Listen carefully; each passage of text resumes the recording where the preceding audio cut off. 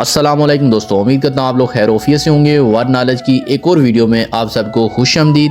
दुनिया के मुख्तलिफ मकामात का दौरा करने का इत्फाक हो तो आपको अंदाज़ा होगा कि जो मकामात हम तस्वीर में देख कर दंग रह जाते हैं, दर हकीकत वो इससे कहीं गुना ज़्यादा मुनफरिद और दीदा सेब होते हैं। आप दूर दराज बर्फानी इलाकों में जाएं या सहराई थर के किसी पसमंदा गांव में, आपको न सिर्फ खूबसूरती अपना दिलदादा बनाएगी बल्कि वहाँ के बहसियों का रहन सहन और रस्म रवाज भी आपको अपना गर्विदा कर लेगा। दोस्तों, आज हम भी इस तरह की एक दिलचस्प वादी के बारे में बताने चाह रहे हैं जिसके लोगों का न सिर्फ रहन सहन मुनफरिद है बल्कि खुराक, मजहब और रस्म रवाज भी इंतहाई दिलचस्पी के हामिल है।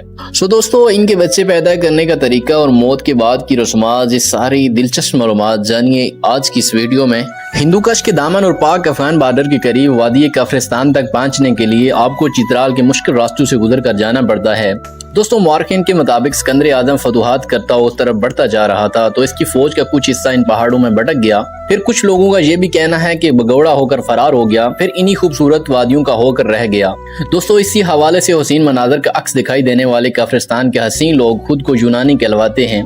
इनकी जबान फारसी, यूनानी और संस्कृत जबानों का गठजोड़ है। दोस्तों, अगर तवज्जो दी जाए तो ये बात बलाए शक के इनके चेहरों के नगोश बाशमूल इनकी बुरी आंखें इस बात की चीख चीख कर गवाही देती हैं कि इनका तल्लक यूरोप से है। मुख्तलिफ जबानों की आमेज़श भी इस बात की गवाही देती है कि इनका तल्लक कदीम यूनान के किसी खानदान से है। दोस्तों, हुकूमती सतह पर DNA टेस्ट ने भी इनके यूरोपीय नहाने पर मोहर तस्दीक सब्त कर दी है। दोस्तों, कातल हसीनों की इस बस्ती में अक्सरियत आग परस्त है। इनकी मजहबी रसूमात में नाचना और जानवरों की कुर्बानी करना भी शामिल है। ये लोग जन्नत और दोज़ख पर भी ईमान रखते हैं। इन्हीं में से कुछ लोगों ने इस्लाम भी कबूल किया हुआ है, ताहम बुत परस्ती नमाया है। दोस्तों, कहलाश कहलवाने वाले ये लोग अपने घर इंतहाई मजबूत और महारत से बनाते हैं। जब इनके घर अखरोट की लकड़ी और पत्थर मट्टी से जब पाहे तकमील तक पहुंच जाते हैं तो बाहर से किला नमा दिखाई देते हैं। दोस्तों, इनकी शादी की रस्मात गांव के मंदिर में होती है जहां आग की पूजा के बाद जानवर को बलि भी चढ़ाया जाता है।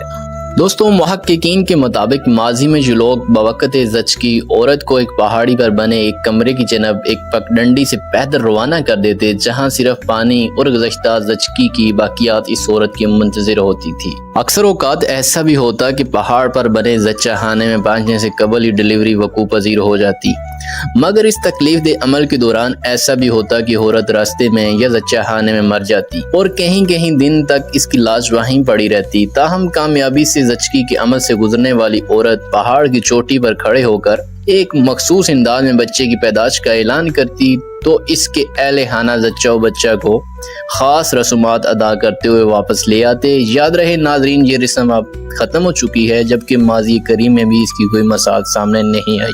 दोस्तों, इन लोगों के मरने वालों के लिए काफरिस्तान की रसूमात आपके लिए इंतहाई तहज्जुब का बायस होंगी। ये लोग मैयत को एक लकड़ी के संदूक में रख कर उसे इबादत गाह में रख देते हैं जहां मुतवफ़ी के घर वाले और दिगर अजीज़ व अकारब 2 दिन तक इसके साथ रहते हैं। इस दौरान खाने और शराब की महफिल भी चलती है जबकि ये लोग मरने वाले के गिर्द गाते और नाचते भी रहते हैं।